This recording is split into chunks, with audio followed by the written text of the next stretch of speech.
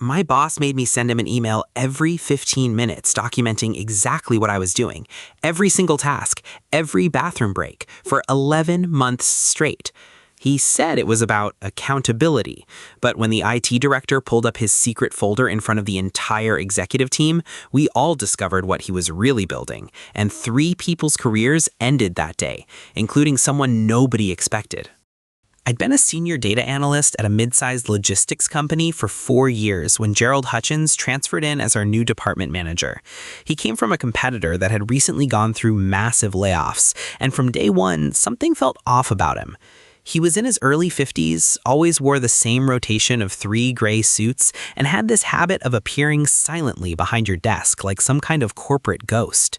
You'd be working, completely focused, and suddenly feel breathing on your neck. Turn around, and there's Gerald, reading your screen. "Just checking in," he'd say with this thin smile that never reached his eyes. The first month, it was just the hovering. Annoying, but manageable. By month 2, he started requesting we CC him on every single email we sent. Every single one. Client communications, internal questions, even when we emailed ourselves notes. He said he needed visibility into department operations. Month 3 is when the 15-minute updates began. He called a department meeting on a Tuesday morning. There were 6 of us, myself, 2 junior analysts named Derek and Priya, our data entry specialist Carmen, and 2 report writers, both named Mike, which we handled by calling them Big Mike and Little Mike. Gerald stood at the front of the conference room with a PowerPoint presentation. I remember the title slide, Operational Excellence Through Transparent Accountability. Effective immediately, Gerald announced, all department members will send me a detailed email every 15 minutes during work hours documenting their current task, progress made, and any obstacles encountered. The room went dead silent. Derek raised his hand. Every 15 minutes, that's 32 emails a day. 32 opportunities for excellence, Gerald corrected, completely serious.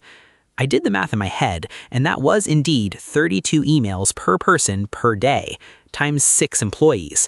Gerald would be receiving 192 status update emails daily from our department alone. "What if we're in a meeting?" Priya asked. "Send the email from your phone. I've created a template." He clicked to the next slide, which showed a form with fields for timestamp, current task, percentage complete, blockers, and something called attitude assessment, where we were supposed to rate our own enthusiasm on a scale of 1 to 5. Carmen, who was 63 and had been with the company for 22 years, looked like she might cry. "Sir," I said carefully, "the time spent writing these emails, that's going to significantly impact our actual productivity." Gerald's thin smile appeared. "Are you saying you can't handle accountability, Marcus?" "I'm saying that if I spend 2 minutes writing each email, that's over an hour per day not doing my actual job." "Then write faster." I wanted to argue more, but I had a mortgage and my wife was 7 months pregnant with our first child, so I shut my mouth and started writing emails. The first week was miserable. The second week was worse. By the end of the first month, our department's productivity had dropped by 30%, which Gerald blamed on our lack of focus, rather than, the 192 daily interruptions. But here's where it got truly insane. Gerald started responding to the emails. Not all of them, he couldn't possibly, but random ones at random times. You'd send your 10:15 update and get a reply at 10:47 saying, "Why only 60% complete? Explain."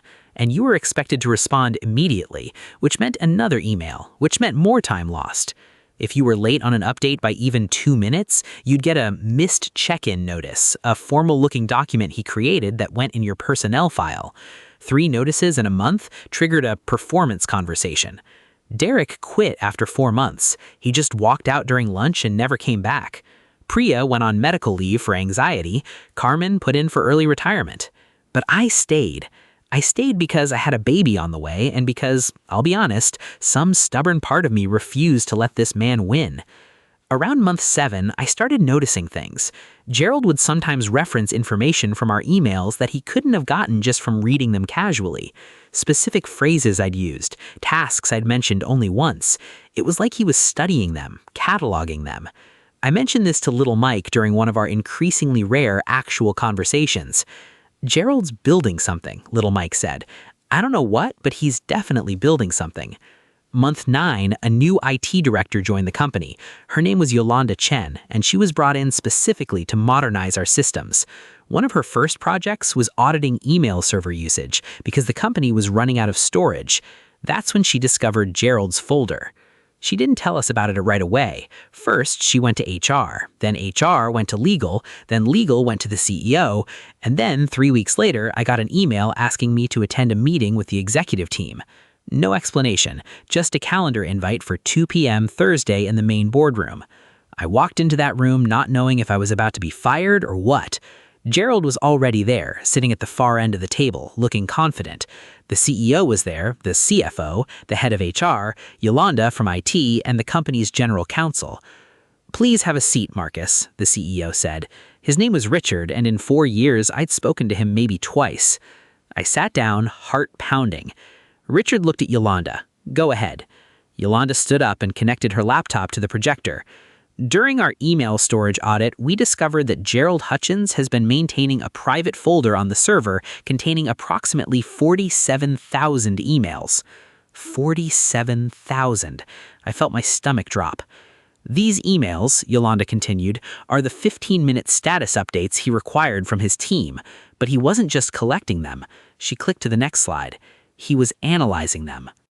Okay, I have to stop right here because this is the moment my entire understanding of the last 11 months completely shattered.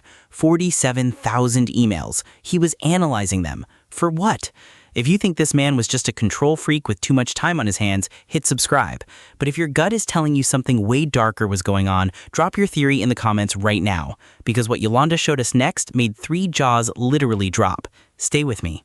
The slide that appeared on the screen was a spreadsheet, but not just any spreadsheet. It was a behavioral analysis matrix with all our names across the top and dozens of categories down the side. Categories like response time degradation, emotional volatility indicators, resistance patterns, and breaking point estimate. What is this? Richard asked, his face pale.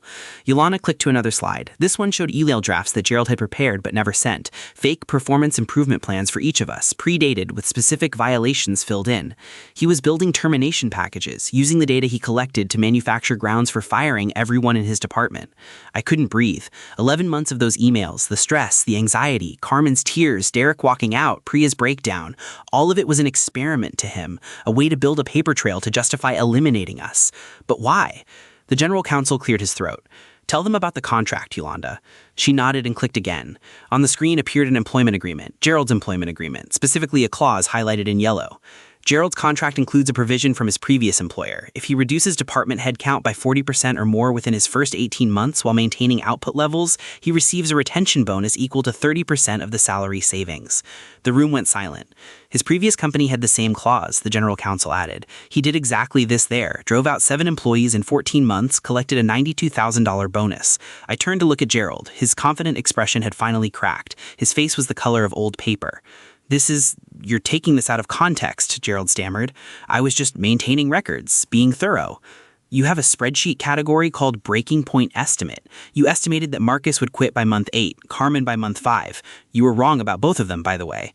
Those are just projections for workforce planning. You labeled Derek's column successfully terminated via voluntary separation the day after he walked out. You color-coded it green." Gerald's mouth opened and closed. No sound came out. The head of HR, a woman named Barbara, who I'd always thought was kind of useless, suddenly spoke up. "I need to disclose something." Everyone turned to look at her. 3 months ago, Gerald approached me about fast-tracking termination procedures for his department. He said he had evidence of widespread performance issues. Barbara's voice shook slightly. "I told him to send me the documentation. When I reviewed it, it looked legitimate. I approved preliminary steps for 2 performance improvement plans." My blood ran cold. "Whose?" Barbara couldn't meet my eyes. "Yours and Carmen's."